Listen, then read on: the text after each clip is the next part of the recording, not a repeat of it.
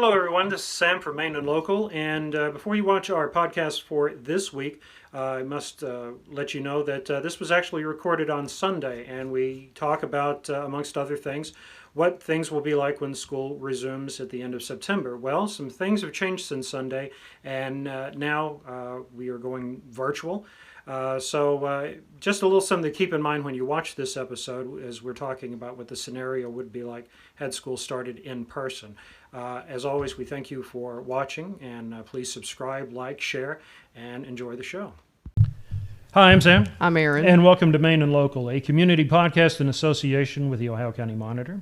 In episode 2, we'll be talking about the school reopening plan. We finally have it. And also, Warren RECC has some big news. And, well, Tanya Tucker, the concert's going to be a little different down at the Beaver Dam Amphitheater. Just a little. This is Maine and Local.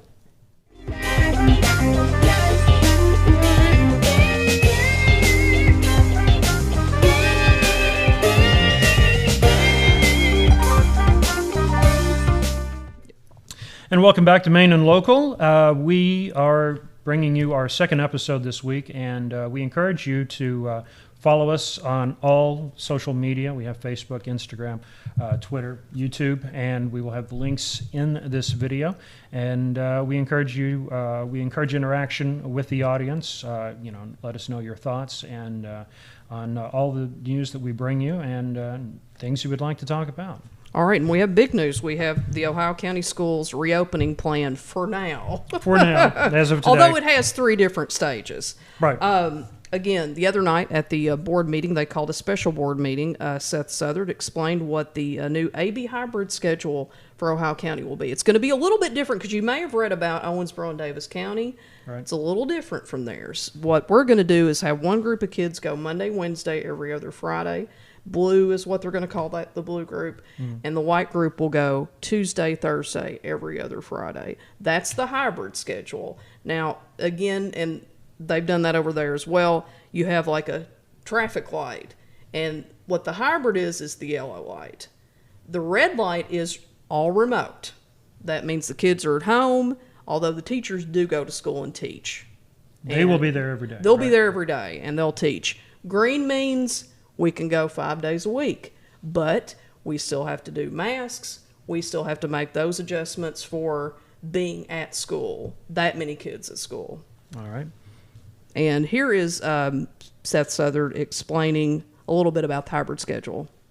We've been saying all along, and I had you all approve last month, that we were going to go to school 5 days a week, everybody. I don't believe that's where we're at now. We've continued to see high numbers. I think it's a mistake if we try to go in person with everybody 5 days a week, as much as I would like that instructionally. I just don't see the logistics of being able to keep everybody in the building at full capacity. We would certainly have to wear masks from the moment we get on the bus until the time we get off the bus.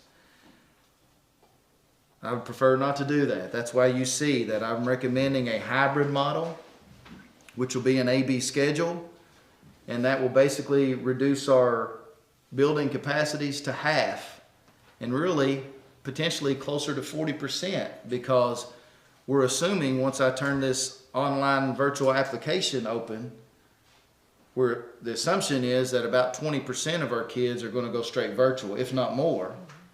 So that might leave roughly 80% in person. So if we do an AB schedule, 40%.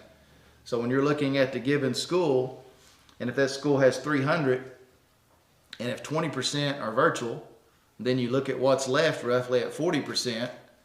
In theory, you may only have 120 students in that building each day.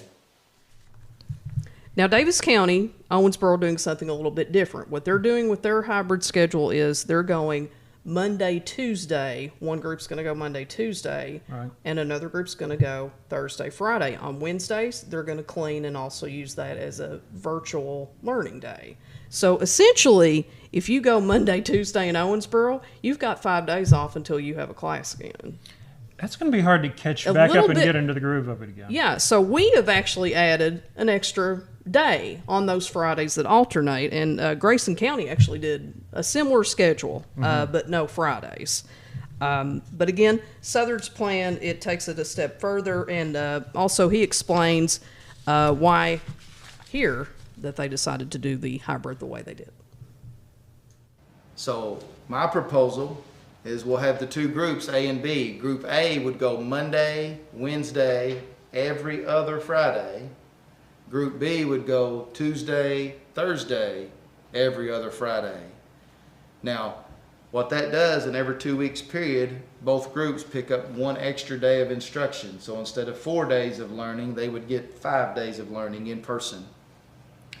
And the reason why I felt like that's the option that I feel is the best, and trust me, I've wrestled with it. I've went back and forth, but my heart tells me this is the best because our kids need us. And we all agree that the best form of instruction that we can provide, everybody has said this, is in person. So if it's safe enough for us to go to school 2 days a week, it ought to be safe enough for us to add an extra day in there every other week for kids. They're getting in-person instruction instead of being another day at home. They're getting fed. We know that they're safe when they're coming to us. And then instructionally, how I feel it's better, they go to school Monday, they receive their instruction. On Tuesday, they practice what they just learned. Then on Wednesday, they're back now learning step 2, if you will. And then on Thursday, they're getting to practice step 2. There's never that long period of time where they're off, where you come back and depending on how well their independent learning was, you almost have to start over again. So me personally and my staff here think that the alternating days is the best plan of succession for instruction. That way it builds and is more fluid. There's more consistency. Go a day, off a day. Go a day, off a day. Will that create some confusion for every other Friday? Possibly. But that's where we'll have to do a good job of indicating our weeks that blue is tied with A, white is tied with B, and that this is a blue week. And then next week's a white week. We'll have to send out calendars that shows this is exactly when A goes each week. This is exactly when B goes each week. And one of the issues this school year is going to be with childcare, as a matter of fact. Yes, it is. And the Kentucky Education Association, they, as of right now, they do not want to start school back until there's a 4%. Yeah, the teachers union, they want to go under 4% for, well, no, it says 21 consecutive days. They want to see that. So for 3 weeks, Right. we need to get 4% or lower is what they want to say, their union. So, but now we're at 6. We're actually, yeah, this is the highest we've been so far. Yeah, and it doesn't show any signs of letting up, unfortunately. Right. But another thing, childcare. Yeah, childcare. The biggest I'm thing. actually going to be doing this. You are? Yeah. My niece is going back to 4th grade, and her mom is a teacher at the high school, and her dad works at the high school. So I'm going to be watching her if we do this hybrid schedule. Right. So she could be a guest on the show. She could be a guest on the show, possibly. But then again, I worry about my sister with all of this, with the positivity rate and being concerned about that. So, Right. But anyway, this is what Superintendent Southard had to say about child care in the school system. One downside to that you'll hear from the community and potentially even staff, and I get it, is childcare. What do we do on the days we don't go to school? I understand that. That's a good question. But, and trust me, that's been part of our decision-making process and a factor that we've looked at. But I still feel the best option for instruction for us to educate kids is the hybrid model. And I know that will put a burden childcare-wise, but we cannot go to school 5 days a week right now, in my opinion.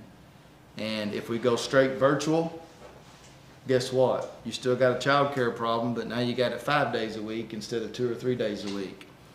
But yes. On like elementary school, middle school, or high school, if you got siblings going to them, are you going to try to make sure that they're on the same days, all of them? Yes. If we will separate by households, meaning regardless of their last name, because some households are blended. You know, they may live in the same house, but one last name starts with a B and the other one may start with the Z. So we'll separate by households, meaning that household would go on A day or that household would go on B day. Okay. And if somehow, when we're sorting it out in Infinite Campus, if we make an error, we'll fix it. And the same is true with childcare. You know, we're going to have to draw the line somewhere, whether it's alphabetically or really Infinite Campus.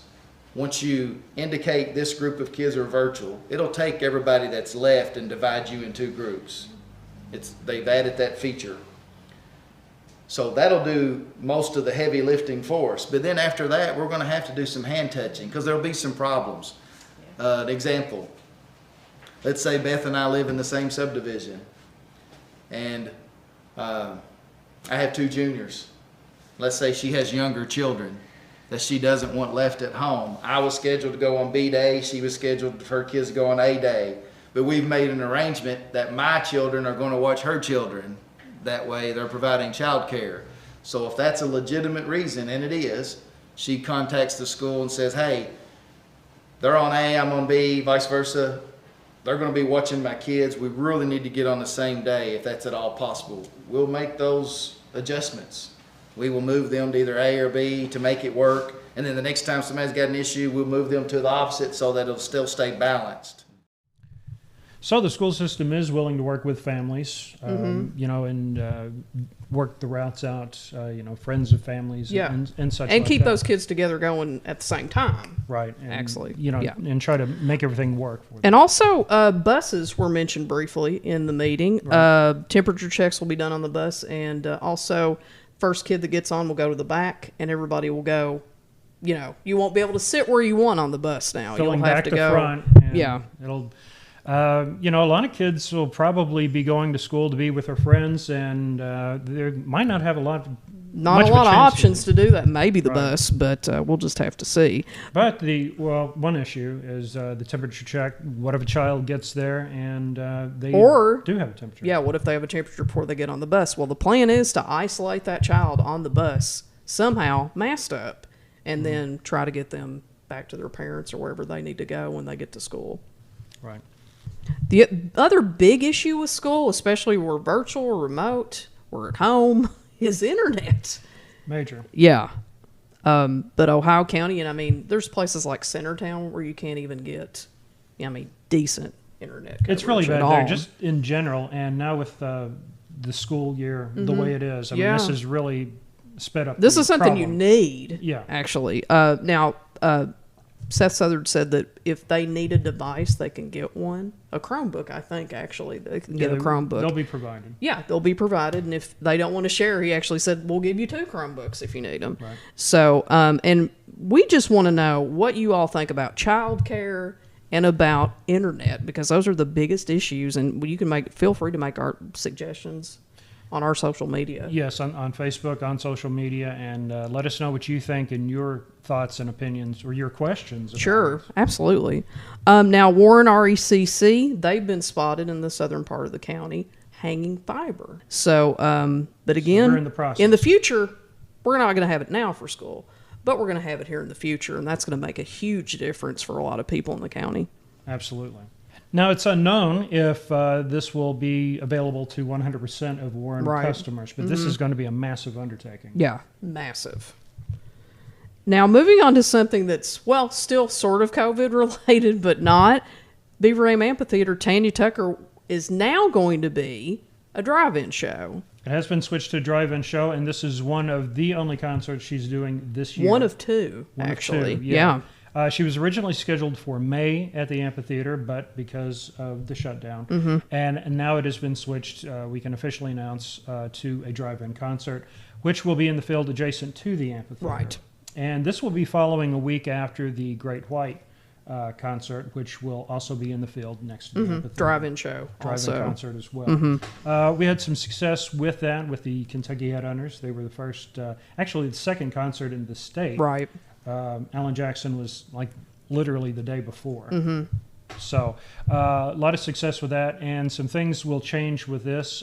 First of all, coolers will be allowed. Oh, boy. Also, food will be allowed. Of course, tourism and the commission encourages everybody to check out restaurants Sure. beforehand. Yeah. But and this will be open to cars and trucks only. once they come through the gate. And then you will get basically two spots, one for your vehicle, one for yourself. So you get out Set a up couple lawn everything. chairs. Right. Yeah. A couple lawn chairs and enjoy the show. Now, something they have been doing at the amphitheater, we had graduation, baccalaureate, and prom just this past weekend. All we 3 had nights all in a of row. that. Yeah. Which, with graduation, they've had that front part in front of the stage now is paved. It is paved, Yeah. yeah. So Thankfully. the students, and you said the students set up their own chairs Yes, for they graduation. did. Yes. Yeah. So, So, and that went well because, well, one plus sign for that was the weather was so great the other night. we couldn't buy Yeah. a good night of weather Yeah, last absolutely. year. And 3 nights in a row, all perfect weather for all 3 ceremonies that they had. Right. Now, speaking of other events that just keep getting knocked off the list, it's the Kentucky State Fair is now going to be participants only. There's not going to be an extensive fair with concerts, which again, pointing out that, if you want to see a concert, you can come to Beaver Dam and see one for sure. We're the only ones doing it. I Yeah. was kind of surprised that the fair did call off, because they were going to have drive-in concerts, and they Yeah. just called that Yeah, off they were completely. going to do a similar setup. Right. But again, your food vendors, your pageants, all that stuff not happening at the state fair this year. And we also know that the county fair is not happening. County as fair is well. not happening, and the month of September is also big for days here in town. Centertown, Fordsville, gone Yeah. this season anyway, this year So, anyway. yeah. So, again, the amphitheater, they're going to have Tanya Tucker. Well, Great White on September 26th and Tanya Tucker on October 2nd. Yeah, for the sure. following Saturday. Yes. All right.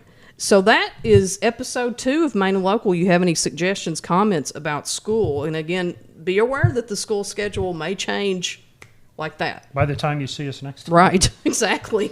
So remember to like, share, and subscribe, and we're Main and Local Pod on all social media. You can check us out on Facebook, Instagram, Twitter. Let us know the topics that you want to talk about. Let us, anything that you want to have mentioned in upcoming episodes. If you prefer an audio version, you can check us out. You can download the episode at mainandlocalpod.podbean.com. And thanks, and we'll see you next time. See you next time.